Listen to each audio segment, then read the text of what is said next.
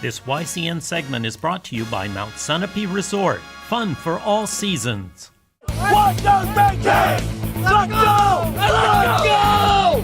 This game was played on a warm Wednesday evening in Hartford, Vermont, as the Seahorses from Burlington made the trip down I-89 to take on the Hurricanes. Both squads have moved up divisions from last season, as the Canes are now in D2 and the Seahorses now in D1. But it seems the transitions have been smooth, with a combined 13 wins so far. The game began with solid defense from both squads, as it was clear goals would be hard to come by. Burlington's offense, however, had more chances to score early on, and they did so just about 6 minutes in after great ball movement allowed Duncan McDonald to rip a shot and score. And not even 2 minutes later, he scored again, this time after making an impressive move around a defender.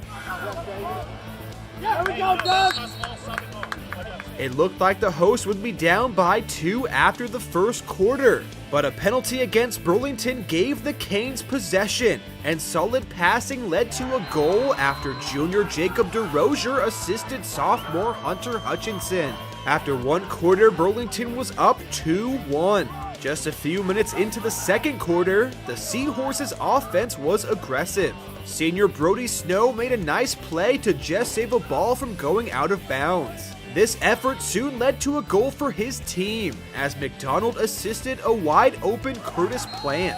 The junior buried the shot. About 4 minutes later, Hartford star junior Reese Thompson inched his team closer after making a nice move around some defenders and scoring on a bouncer. The Hurricanes nearly went into halftime down by just 1. But with 11 seconds left, Snow scored unassisted, taking it in himself. At the break, Burlington was up 4-2.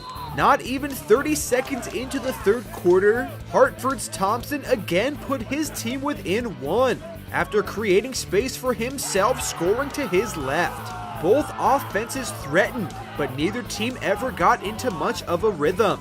Hartford senior goalie Kyle Pryor and Burlington sophomore goalie Sullivan Weston had excellent nights in net, making stellar plays left and right. Now toward the end of the third quarter, great ball movement again by Burlington allowed Snow to rip a shot, resulting in another goal. Heading into the fourth, the Seahorses were up 5-3. Barely 60 seconds into this final quarter, Hartford senior Patrick McGlone raced by a few defenders along the right sideline, drew in the D, and assisted junior Dawson Millette, who easily scored. And just a few minutes later, Thompson rolled off a pick, made a nice move, and scored his third of the night, as all of a sudden the game was tied up at 5 apiece with 7 minutes to go. Defense continued to rule the contest as both squads struggled to score. It was the Seahorses, however, who took control with just about 90 seconds left, after junior McCall Heimert used his size and strength to gain an almost impossible shooting angle on Hartford's net. He scored the all-important go-ahead goal. And then with less than 20 seconds remaining, sophomore Milo Trabolsi iced the game, getting on the scoreboard. Burlington went on to win with a final score of 7-5.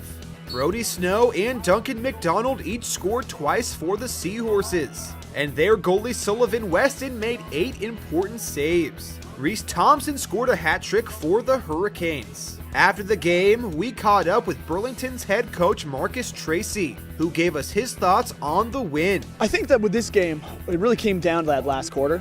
It's really, in an intense game like this, especially when it's so close, it's really about being able to focus what you need to do and not necessarily all the other stuff that's going around. You just got to take everything one play at a time. You got to win that ground ball before you can play offense. You got to make sure to play that defense before you can worry about clearing. All of the little things, you just got to knock them out one by one, because when it's really this emotional, it's really easy to get lost in a mistake or in a bad play. You just got to be able to flush that and move forward. You know, our defense on the whole, I thought played really well, especially in the clearing game. I'm really proud of how they're able to use the entire field in a controlled situation, and I was pretty much always confident in our clearing. We had one that I wish I could get back. But other than that, their ability to move the ball up the field was great. Offensively, I thought Duncan really did a great job kind of being field marshal out there, moving it from the top, keeping the ball moving, and keeping us possession. Towards the end of the game, as time winded down, he really anchored that last minute to make sure that we could get into a winning position. We're one of those teams that sometimes, and as aggravating as it is as a coach, is we have trouble getting off the bus and we got to get started, we got to get going. And I think when you get into a tight game like this with a team that is really just leaving everything on the field, it makes it real. The stakes get raised, and I'm happy to say that that brings out the best in our guys. And I think that that's really what helped propel us to the win at the end, was when everything's on the line, that's when we're playing our best ball.